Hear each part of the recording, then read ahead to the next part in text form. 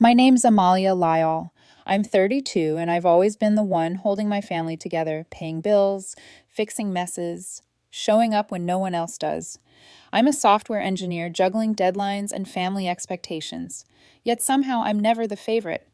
My sister, she's the golden child, always stealing the spotlight with her charm while I'm stuck in the background footing the bill. My parents eat it up, pretending we're one big happy family, but I've always been the outsider looking in. At her big graduation party, I thought things might change. Then she smirked, pointed to a folding chair by the trash, and said, "Sorry, this table's for family only." I sat there humiliated until the bill came. $4,500. I had a decision to make, one I knew would shatter my family.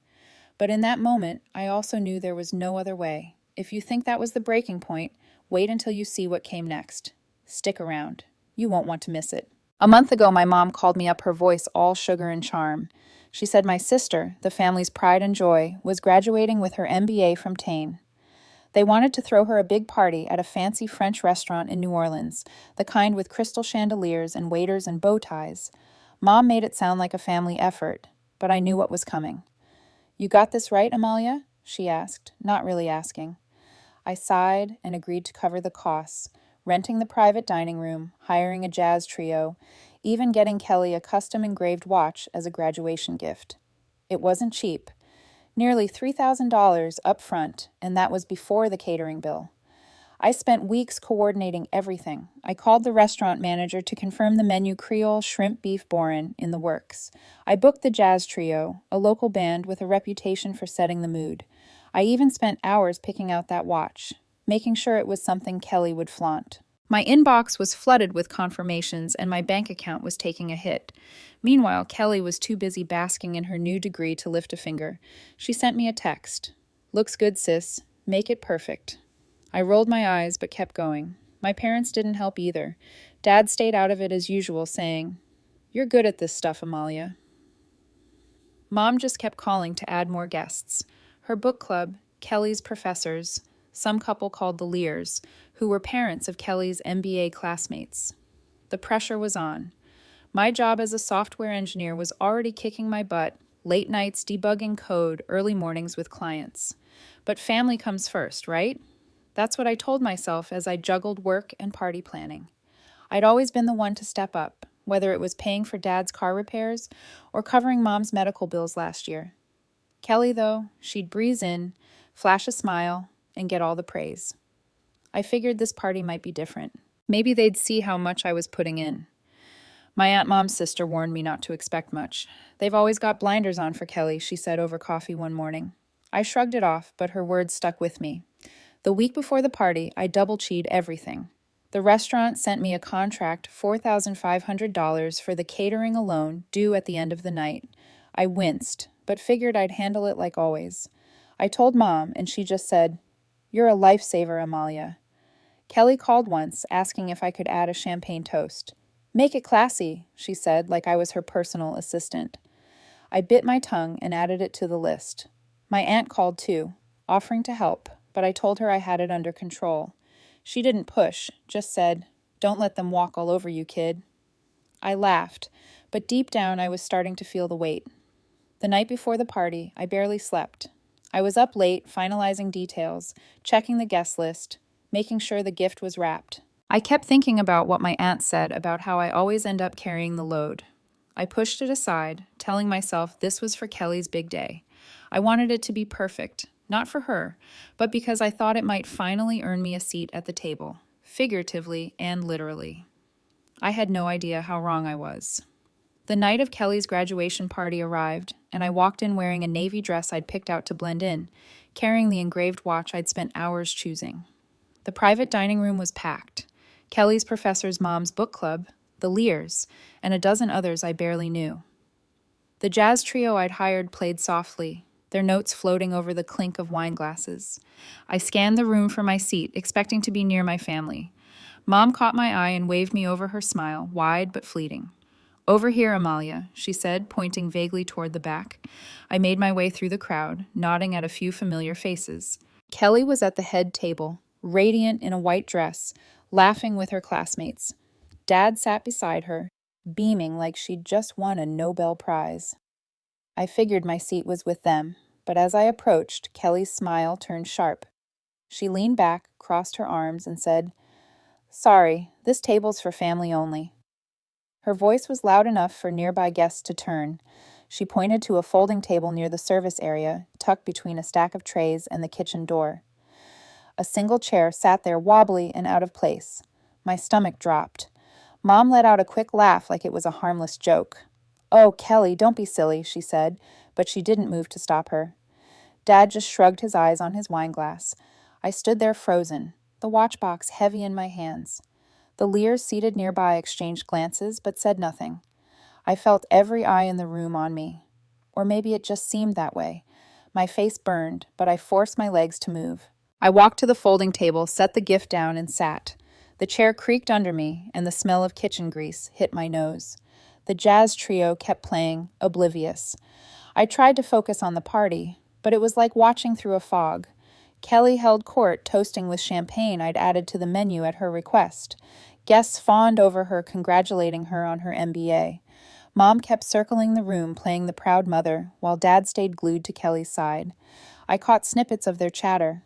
How Kelly was destined for greatness, how she'd land a top job. No one mentioned me, not even a thank you for pulling the night together. I sipped my water, the glass sweaty in my hand, and told myself to stay calm. Aunt Agnes arrived late, her heels clicking as she entered. She spotted me and frowned her eyes, narrowing as she took in my setup. "What's this nonsense?" she muttered, loud enough for Mom to hear. Mom rushed over, whispering something I couldn't catch, but Agnes brushed her off. She pulled up a chair from another table and sat beside me, her perfume cutting through the kitchen smells. "You don't belong here, Amalia," she said quietly. I thought she meant the party, but she added, "Not at this sorry excuse for a table." I managed a weak smile, grateful for her presence. The night dragged on. Waiters bustled past my table, balancing trays of Creole shrimp and beef bourne. One nearly knocked over my glass, muttering an apology before hurrying off. I watched Kelly open gifts at the head table, her laughter ringing out as she showed off a necklace from Mom and Dad. When she got to my watch, she held it up briefly, said nice, and set it aside without a glance my way. My chest tightened. I'd spent weeks making this night perfect, and here I was, parked by the service door like an afterthought. I kept my head down, picking at my plate, but anger was simmering. Every laugh from the head table felt like a jab. Mom stopped by once, saying, "You okay, honey?"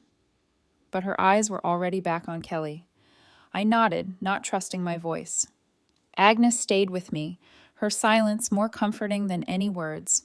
She caught Kelly's eye once and gave her a look that could have stopped traffic, but Kelly just smirked and turned away. I gripped my fork, my knuckles white, wondering how I'd let myself end up here again. As the jazz trio wrapped up their final set, the restaurant manager approached the head table, a leather folder in his hand. The party was winding down, guests sipping their last glasses of champagne, their voices a low hum. I sat at my folding table, still nursing a glass of water, my anger from Kelly's earlier jab simmering but contained. Agnes sat beside me, her sharp eyes scanning the room. The manager cleared his throat, catching Mom's attention. He opened the folder and slid it toward her. "The bill for the evening," he said politely. $4,500 due tonight." Mom's smile faltered. She glanced at Dad, who shifted uncomfortably in his seat. Kelly, mid-con conversation with a professor, barely looked up. The manager weighted his pen, tapping the folder. Mom leaned toward Kelly, whispering something, but Kelly just shrugged her eyes, flicking toward me.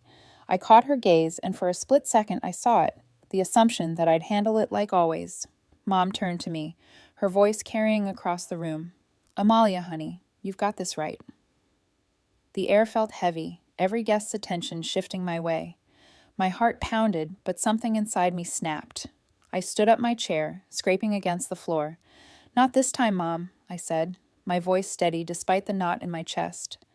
I looked at Kelly, then at the manager, and said, "Not my table." The words hung in the room, sharp and final.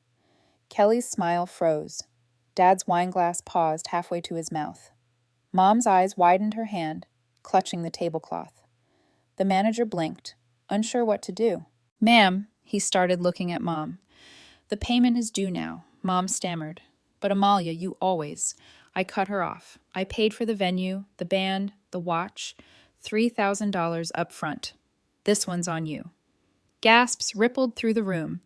The Lyalls seated nearby leaned forward, their faces a mix of shock and curiosity. Kelly laughed nervously, trying to play it off. Sis, come on, don't make a scene, she said, her voice tight. Agnes stood up beside me, her presence like a wall. A scene, she said, her tone cutting through Kelly's fake cheer. You're the one who parked your sister by the kitchen door. Kelly, you don't get to call this a scene. She turned to Mom and Dad, and you two laughing along, like it's nothing. Shame on you. Amalia's been carrying this family for years, and you treat her like a doormat. The room went silent, the jazz trio's absence making every word echo. Mr. Lester coughed, shifting in his seat while Mrs. Lester whispered something to her husband. Kelly's face turned red. That's not fair, she snapped, standing up. This is my night, Agnes. Amalia's just being dramatic. I shook my head, feeling a strange calm. Dramatic? I said. I spent weeks making this perfect for you. I paid for half this party out of my own pocket, and you couldn't even give me a seat at your table. I turned to the manager. They'll handle the bill. I'm done. I grabbed my purse and the watch box, leaving it unopened on the table. Mom rushed toward me, her voice low and frantic. Amalia, please, we'll sort this out. Don't embarrass us. I met her eyes, seeing the panic, but no real regret.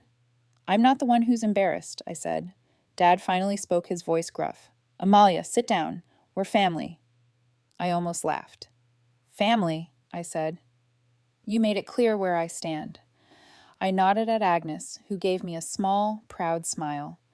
The Lyalls stood up, Mr. Lester, pulling out his wallet. Well, cover part of it, he said, his voice firm. But Kelly, this isn't right. Kelly's jaw dropped. You don't have to, she started, but Mrs. Lester cut her off. We expected better from you, she said, her tone icy. The other guests murmured, their eyes darting between us. Kelly's professor, who'd been praising her all night, looked away, his face unreadable. Agnes walked with me toward the exit, her hand on my shoulder. You did good, kid, she whispered. I glanced back one last time. Kelly was arguing with the manager, her voice rising. Mom was pleading with the Lyalls, her hands waving. Dad stared at his plate, silent. The laughter that had filled the room earlier was gone, replaced by a tense, awkward hush. I walked out of the restaurant with Agnes the New Orleans night wrapping around us like a warm blanket. My phone buzzed almost immediately. Mom's name flashed on the screen. I let it go to voicemail, my hand steady for the first time that night. Agnes didn't say much as we headed to her car, but her quiet nod told me she approved. Back inside, I could only imagine the chaos unfolding. The Lesters' offer to cover part of the bill had thrown Kelly into a panic, and I wasn't there to clean up her mess. By the time I got home, my voicemail was full. Mom left 3 messages, her voice shifting from pleading to sharp. Amalia, you can't just walk out like that, she said in the first one. We need to talk about this. The second was shorter, more desperate. Honey, please call me back. Kelly's in over her head. The third was clipped almost angry. This isn't how family behaves. I deleted them all without responding. My phone lit up again. Kelly this time. Her text read, Sis, you really screwed me over. Call me. I turned my phone off. The next morning, Agnes called to fill me in. After I left the restaurant, manager had grown impatient, hovering over the head with the unpaid bill. Kelly tried to charm her way out, flashing her usual smile, but it didn't work. The Lyalls, who'd initially offered to help, backed off completely. Mr. Lester had pulled Kelly aside, his voice low but firm. We thought you were responsible, he told her. According to Agnes, this kind of behavior doesn't sit well with us. Mrs. Lester had nodded her disappointment clear. They left shortly after leaving Kelly to face the $45 $500 tab alone. Kelly didn't have that kind of money. Her MBA was funded by loans, and her savings were thin from years of leaning on me for extras, dinners, trips, even her car payments. Agnes said Kelly scrambled to pull out credit cards, her hands shaking as she handed them over. One card got declined, and she had to call a friend to transfer money on the spot. The humiliation was written all over her face. Agnes told me, and the other guests, professors, classmates, Mom's book club, watched in awkward silence. Dad stayed quiet, his usual tactic, while Mom tried to smooth things over, telling everyone it was a misunderstanding. No one bought it. By noon, Mom was blowing up my phone again. I let every call go to voicemail, each one sounding more frantic. "Amalia, we're family," she said in one message. "You can't just abandon us like this." I didn't feel abandoned. I felt free. For years, I'd been the one bailing them out from Dad's car repairs to Kelly's shopping sprees. This time, I wasn't budging. I texted Mom once, short and clear. "Handle it yourselves. I'm done." She didn't reply after that, probably too shocked to know what to say. Agnes stopped by my apartment that afternoon, a coffee in hand for each of us. She didn't sugarcoat things. "Kelly's in a hole now," she said, sitting on my couch. "The Lyalls were supposed to introduce her to some big-shot recruiter for a corporate job. After last night, they're not so keen." I nodded, sipping my coffee, feeling a mix of relief and guilt. Agnes caught my expression and leaned forward. "Don't you dare feel bad, Amalia," she said. "You gave them everything, and they pushed you aside. They're reaping what they sowed." I spent the rest of the day fielding emails from work, trying to focus on my own life. My inbox had a message from one of Kelly's classmates, someone I'd met briefly at the party. She wrote, "I heard what happened. You didn't deserve that. Kelly has been telling everyone you overreacted, but most of us saw through it."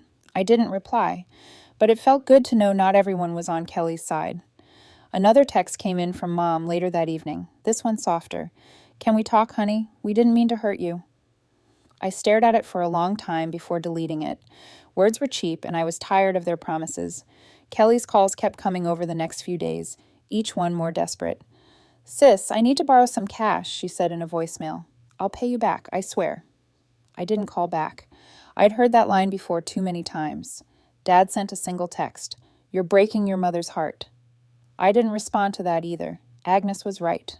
They'd taken me for granted for too long, and I wasn't going back. The weight of their expectations was gone, and I wasn't about to pick it up again. A few weeks after the party, my life started to shift in ways I hadn't expected.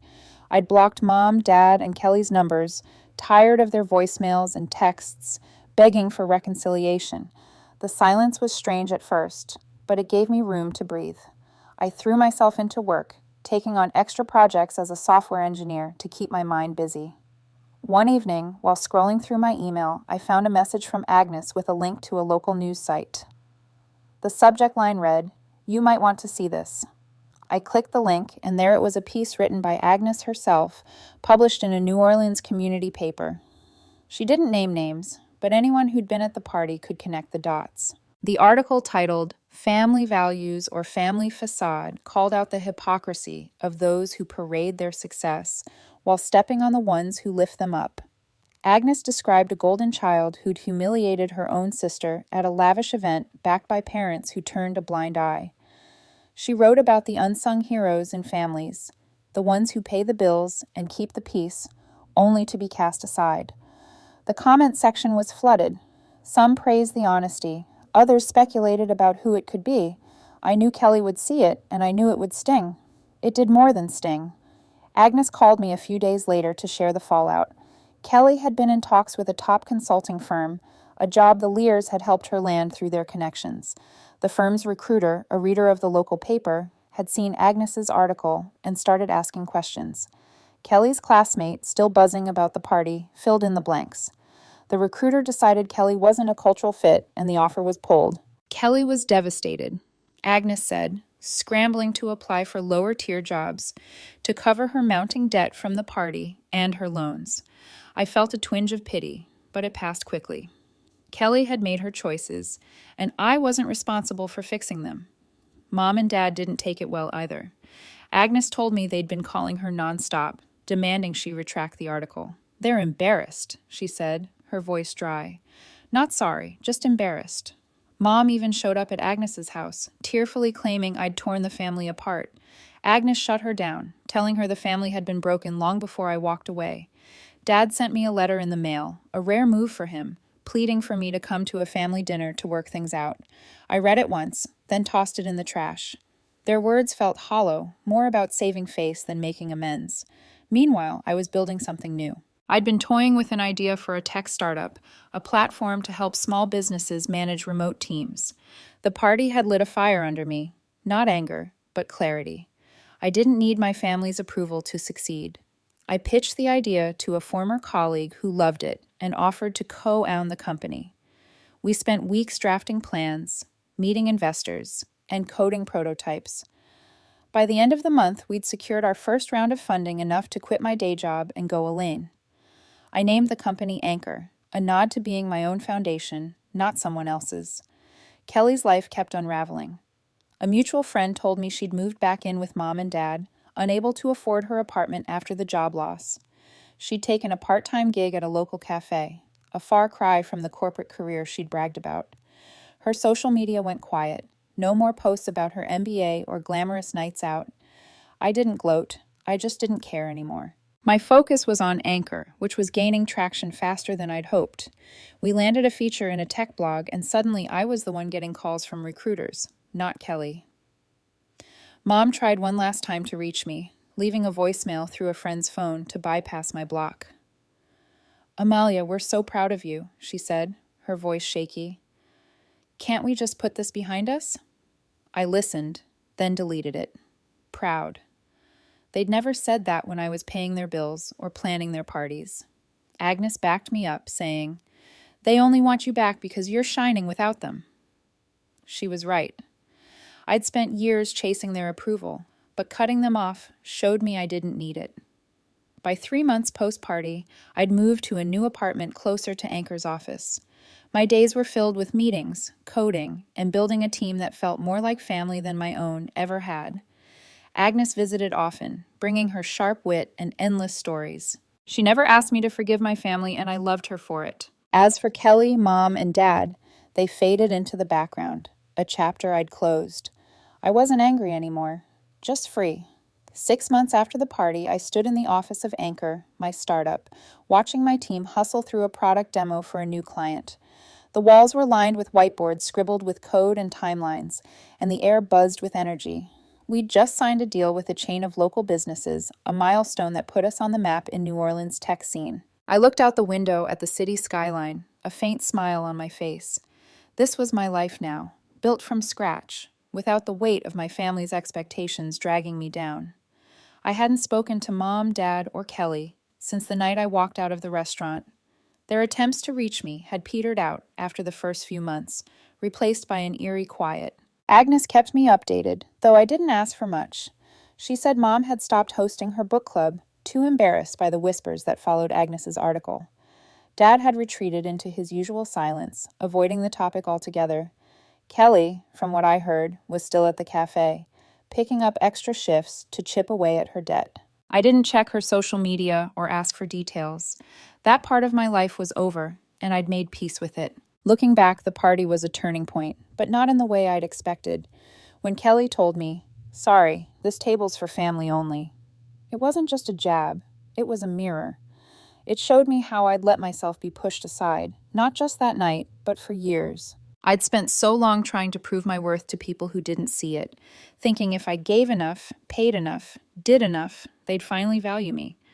But standing up that night saying "not my table" wasn't just about the bill, it was about choosing myself. The biggest lesson I learned wasn't about revenge or proving them wrong. It was about boundaries. I realized family isn't a blank check you keep writing, no matter how much it costs you. It's okay to walk away from people who take you for granted, even if they share your blood. Agnes taught me that, not with words, but by standing by me when I needed it most. She was my family now, not because of obligation, but because of respect. My team at Anchor was too. They believed in me, not because of what I could do for them, but because of what we could build together. There were moments I doubted myself. Late at night, when the office was empty, I'd wonder if I'd been too harsh, if I should have given Mom or Kelly one more chance. But then I'd remember the folding table, the laughter, the years of being the one who always said yes. I wasn't that person anymore. Anchor wasn't just a company. It was proof I could stand on my own. Every contract we signed, every feature we launched reminded me I didn't need their approval to thrive. I don't know if Kelly or my parents ever learned their lesson. Maybe they blamed me. Maybe they moved on. It didn't matter. My life wasn't about them anymore. I'd found my own table, one where I belonged, surrounded by people who saw my worth. I wasn't angry or bitter. I was grateful. Grateful for the clarity that night gave me, for the courage to walk away, and for the chance to build something better. To everyone who's listened to my story, thank you for sticking with me to the end. It's not just about one party or one fight. It's about knowing your worth and standing up for it. If this hit home for you, hit that subscribe button and join me for more stories about finding your place, no matter who tries to push you out. Your support means the world, and I can't wait to share more with you.